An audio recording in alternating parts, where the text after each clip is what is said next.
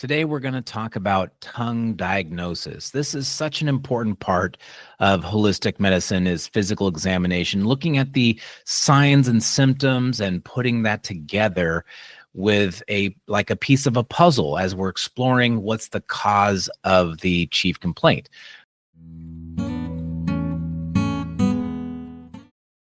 What's going on physiologically that could explain it? Unfortunately, in conventional care, most of the physical examinations have been discarded for can be more reliably proven on paper. And I wouldn't even say more reliably. It's just that's how it's perceived. If it's on paper, you could take it to court. And remember, conventional care is mostly turned into defensive medicine, where the doctors have to manage liability instead of patient care. They can't even just think for themselves and have, for example, clinical experience, gut level intuition. There's no art of medicine. And that's sad because medicine truly is a science. We have a framework of understanding. We have clinical theory, and then we must see the patient in front of us, and there is high variability in presentation and cause. And if we're looking for that root cause, you have to be somebody who is talented, and even medicine becomes an art at that point. However, in conventional care, we don't want to see that. It's just number, drug, even if the presentation doesn't support that. In all fairness, almost all of the physical examinations are viewed as subclinical. That means that they're not really going to be proof that somebody has definitively a condition, but rather we're putting together those pieces of the puzzle. And that's called your differential diagnosis. We're seeing signs and symptoms in one area, and then it's added to another area, and then 3 or 4 pieces of the puzzle are indicating that the liver, for example, is the focus of the treatment. It makes sense based on pathophysiology related to the chief complaint, the function of the liver. Then we start to have our differential diagnosis. What else could explain this? And what are the signs and symptoms that support something similar, like maybe a thyroid issue or a circulatory issue? And so we look at those different parts of the physiology and the pathomechanism, how we would have gotten to that chief complaint. And what we end up with is a starting point. This can't happen in conventional care because the tools being used are highly dangerous. If you're going to use a drug and the drug may harm the person, you have to have it on proof on paper that they needed the drug. That way, when it harms them, you're not liable. In holistic care, the tools are far more forgiving. We're not harming people. We can only get more right. If we start supporting that liver and we see only minor improvements in the chief complaint, we have to go back to our original concept or change the dosing or the strategy because we might be wrong, but we didn't harm them. We can only get more right.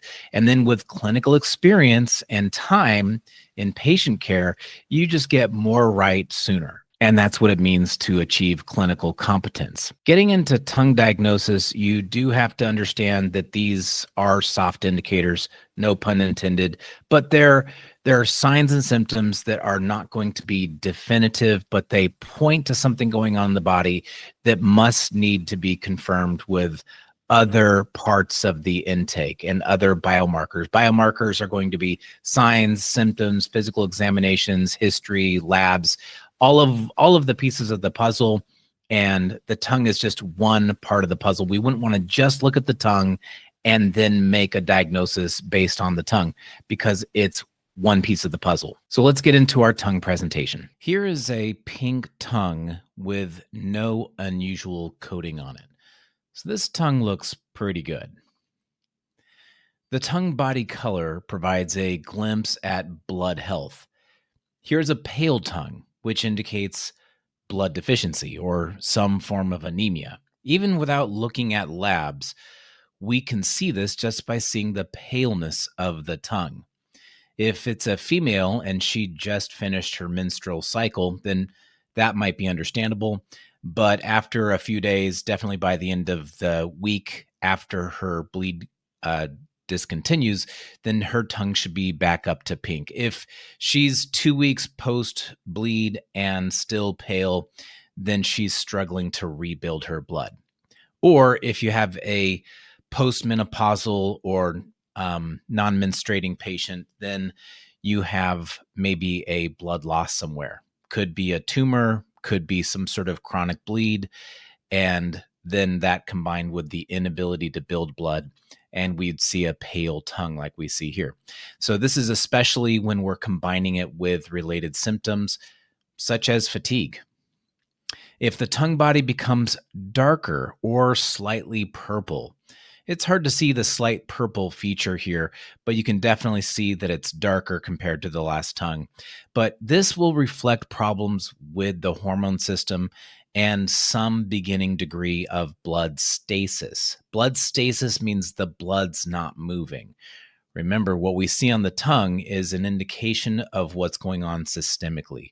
So, stasis is poor circulation. You can see a mild tongue coating too, which would be a gut issue. This tongue is becoming dark red. This shows a change in metabolism and the hormone system. We're going to see what that looks like when it gets worse. Here, the tongue is a little bit darker red, so we're going to see a decline in the sex hormones specifically. Think of the middle-aged female. As the sex hormones decline, there will be a drying up, causing dry skin, dry eyes, dry hair, dry vaginally. As this continues, you'll see wrinkling, you'll see, and this is with the males too, you'll see that the tendons and ligaments, joint capsules dry out, giving way to a form of arthritis that has less to do with inflammation and more to do with tightness, brittleness, and degeneration. This causes the tongue to become dark red and is associated with hot flashes, aka deficiency heat syndrome, because the person's not making enough of their cooling or air conditioning part of their homeostasis. And so they're hot, but not because they're excess heat, not because they're fighting a pathogen like when someone has a fever, but because they're underproducing their air conditioning fluid moistening aspect. And that's part of the sex hormone system. But because of that deficiency, they feel relatively hot. That's a deficiency heat syndrome. This tongue is a little bit worse. So now it's crimson red, so more severe than the last one, but still the same pattern. This person will likely be experiencing night sweats in addition to hot flashes. It's pronounced, it's worse, and painful intercourse. So vaginally, it's already starting to become drier, which that lubrication is sex hormone mediated.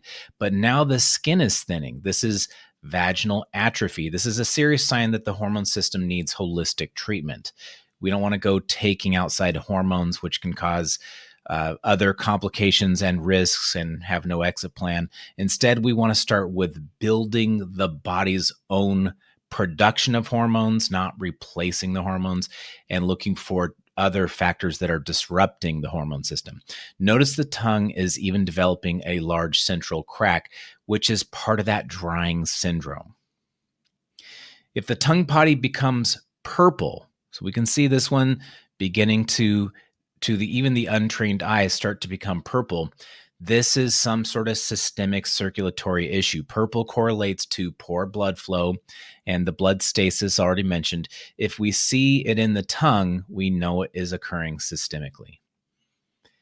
This tongue is very obviously purple. It's even like a dark purple. This is a tongue you'll never see in real life, except it showed up nonstop during COVID. During the height of COVID, I was diagnosing and treating blood stasis with fantastic outcomes.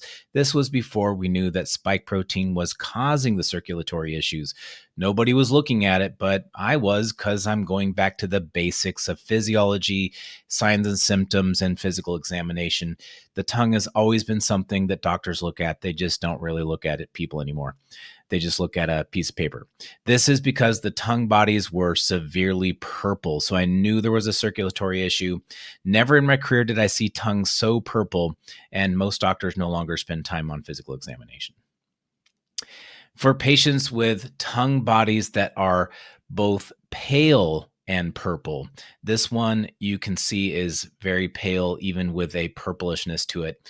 This would be blood deficiency or anemia combined with blood stasis, Because this was such a common tongue in our vaccinated patients when everybody was getting the COVID vaccines, my assumption is that it is actually blood damage plus blood stasis. We also observed correlative blood dyscrasias in the labs. The tongue coating on a healthy tongue is minimal and not obvious to the untrained eye. You can see this tongue starting to get a thicker tongue coating. When the tongue coat becomes thicker, it is a sign that the flora of the gut is imbalanced and that bad flora has overgrown. If the coating continues to thicken and becomes yellow, it will be associated with symptoms such as bloat, foul stool, sticky stool, bad breath, and yeast-like infections vaginally. Vaginal health is directly influenced by gut health. A coating further back on the tongue will show infections of the intestines and the kidneys. A coating in the middle will indicate infections of the upper GI tract and stomach. Think the stomach as part of the upper GI tract. Coating towards the front of the tongue will correlate with the lungs. Redness on the tip of the tongue reflects the heart and possibly thyroid function, with symptoms such as anxiety and heart palpitations.